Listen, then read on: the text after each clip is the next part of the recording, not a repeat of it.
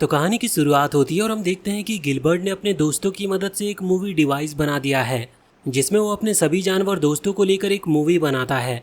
सभी ऐसी नई टेक्नोलॉजी को देखकर काफी खुश थे, लेकिन वहीं बॉब और एल मूवी की बुराई करते हैं क्योंकि उन्हें मूवी में कोई अच्छा कैरेक्टर नहीं बनाया था। जिसके बाद हम देखते हैं कि सभी जानवर अपने घरों में सोने चले जाते हैं। वहीं मोरिस और उसकी गोल्ड फिश अपने सभी दोस्तों के साथ अपनी फोटोज देखती है और कुछ देर के बाद वो भी सोने चले जाते हैं। लेकिन उसी रात हम देखते हैं कि बीबर का एक ग्रुप अपने लकड़ी के प्लेन में आता है और पूरे जंगल के ऊपर पिंक कलर का पाउडर उड़ाता है। अगले दिन कपीटो जब नींद से उठता है तो उसे लगता है कि कुछ अजीब है क्योंकि अचानक से उसके आसपास ब्लास्ट हो रहे हैं।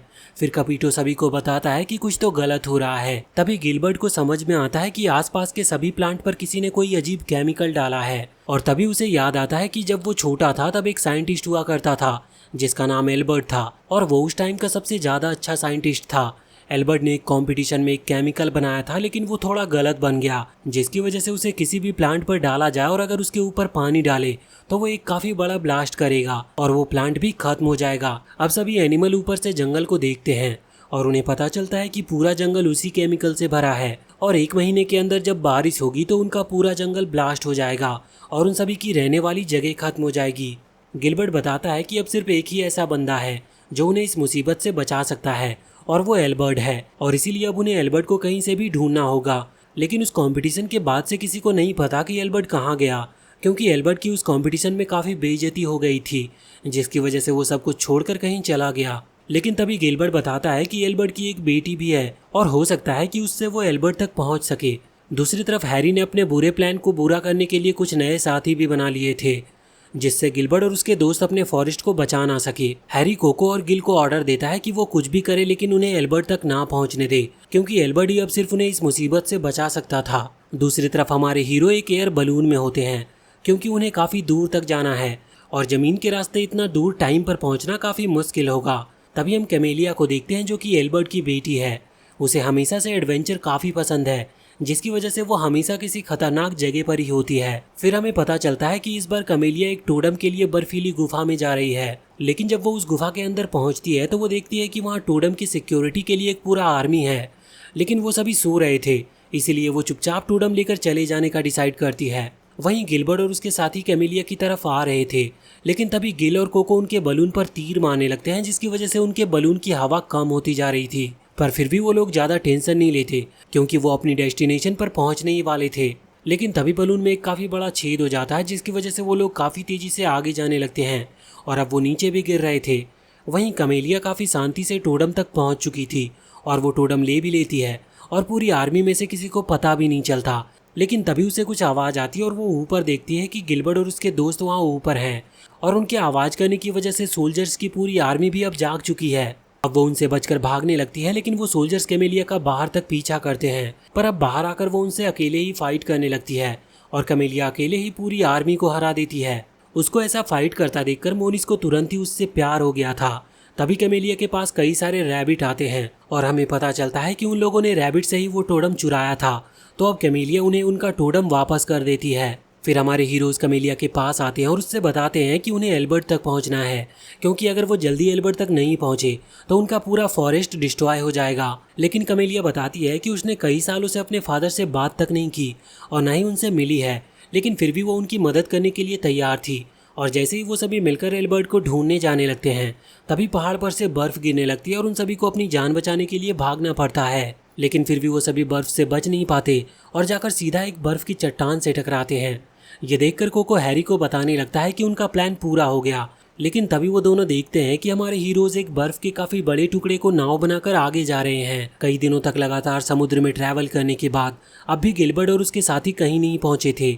साथ ही अब उनकी बोट भी पिघलने लगी थी और अगर उन्होंने जल्दी ही कोई जगह नहीं ढूंढी तो वह सभी भूख की वजह से मर भी सकते हैं क्योंकि पिछले कई दिनों से किसी ने भी कुछ भी नहीं खाया है। तभी अपने दोस्तों को बचाने के लिए मगैल पानी में कूदता है और काफ़ी तेज़ी से बोट को धक्का देने लगता है जिससे वो जल्दी किसी जगह पर पहुंच पाए।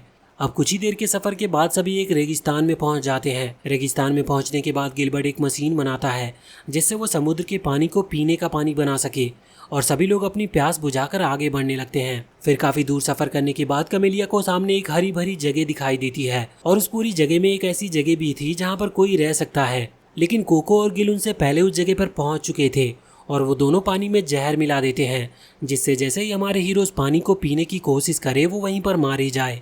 पर उन्हें ये नहीं पता था कि गिलबर्ट के दो साथी उनका प्लान सुन चुके हैं और वो अपने दोस्तों को बताने चले जाते हैं। लेकिन तभी कोको को याद आता है कि उसने अपनी तो पानी की बोतल भरी नहीं। अगर वो अपनी पानी की बोतल नहीं भरते तो सबसे पहले प्यास से मर जाएंगे, इसीलिए उन्हें पानी में एंटीडोट डालना पड़ता है। वहीं वो दोनों जाकर अपने सभी साथियों को पानी पीने से रोकते हैं, लेकिन मगैल इतना ज़्यादा प्यासा था कि वो उनकी बात नहीं सुनता और पानी पी लेता है। लेकिन वो सभी देखते हैं कि पानी तो सही है, क्योंकि मगैल को कुछ भी नहीं होता। अब सभी पानी में आराम करने लगते हैं, क्योंकि उन्हें काफ़ी टाइम से सही से पानी नहीं मिला था। कमेलिया आसपास की जगह को चेक करने जाती है, तभी उसे एक क्लू मिलता है जो कि उसके फादर ने छोड़ा था, जिसे सिर्फ कमेलिया ही समझ सकती है। उस क्लू में लिखा हुआ था कि एल्बर्ट को किसी जगह से ये जगह छोड़नी पड़ रही है और अब वो किसी दूसरे जगह पर रहता है, लेकिन कमेलिया उन्हीं क्लू की मदद से उस तक पहुंच सकती है। अब हमारे हीरोज वापस से क्लू को ढूंढते हुए आगे बढ़ने लगते हैं और उन्हें काफ़ी खतरनाक जगहों से गुजरना पड़ता है। और कई हफ्तों के लगातार सफर के बाद सभी बैम्बू के जंगल में आ जाते हैं और तभी उनके सामने एक पैंडा आ जाता है जो मॉरिस को मारकर दूर गिरा देता है। अब दोस्तों को पिटता देखकर मगैल भी उसकी मदद करने जाता है, लेकिन जल्दी वो समझ गया था कि वो पैंडा उससे भी काफ़ी स्ट्रांग है। अब मॉरिस कुंफू के साथ फाइट करता है और पैंडा के मुंह पर अटैक करता है, जिससे पैंडा के मुंह का एक पार्ट टूट जाता है और वो सभी समझ जाते हैं कि जिससे वो फाइट कर रहे हैं वो असल में एक रोबोट है। अब कमेलिया उस रोबोट के वीक पॉइंट पर अटैक करती है, जिससे उस पैंडा का सर अलग हो गया था। तभी एल्बर्ट सामने आ जाता है और उन्हें पता चलता है कि एल्बर्ट ने ही वो रोबोट बनाया है, जिससे वो अपने नए घर को प्रोटेक्ट कर सके। लेकिन एल्बर्ट अपनी बेटी के लिए बिल्कुल भी इमोशन नहीं दिखाता, जबकि उसकी बेटी इतने सालों बाद उससे मिली थी, जिससे कमेलिया काफ़ी ज़्यादा निराश होती है। फिर वो सभी एल्बर्ट के वर्कशॉप पर पहुंचते हैं और कमेलिया समझ चुकी थी कि उसके फादर उसे पहचान ही नहीं रहे हैं, तो वो खुद ही बताती है कि वो उनकी बेटी है। ये सुनते ही एल्बर्ट हैरान हो जाता है और याद करता है कि कई साल पहले उसकी एक इन्वेंशन की वजह से कमेलिया ने अपना हाथ खो दिया था और उसी वजह से एल्बर्ट ने कहीं दूर जाने का डिसाइड किया और अपनी वर्कशॉप में आग लगाकर वो कहीं चला गया। कमेलिया भी ये समझ जाती है कि उसके फादर उसे छोड़ने की वजह से काफ़ी ज़्यादा निराश हैं, तो वो अपने फादर को माफ़ कर देती है जो कि वो उसे छोड़ कर गए थे। फिर कुछ देर के बाद वो सभी एल्बर्ट को बताते हैं कि उसकी इन्वेंशन का यूज उनके फॉरेस्ट को डिस्ट्रॉय करने के लिए किया जा रहा है। ये सुनकर एल्बर्ट को कुछ समझ नहीं आता, क्योंकि उसे यकीन था कि उसने उस केमिकल को पूरी तरह से ख़त्म कर दिया। गिलबर्ट उससे कहता है कि अब उसे ही उस केमिकल का कोई एंटीडोट बनाना होगा, जिससे कि वो अपने फॉरेस्ट को बचा सके। पर एल्बर्ट बताता है कि उसे एंटीडोट बनाने के लिए काफ़ी रेयर इंग्रेडिएंट चाहिए, जिसका मिलना काफ़ी मुश्किल है।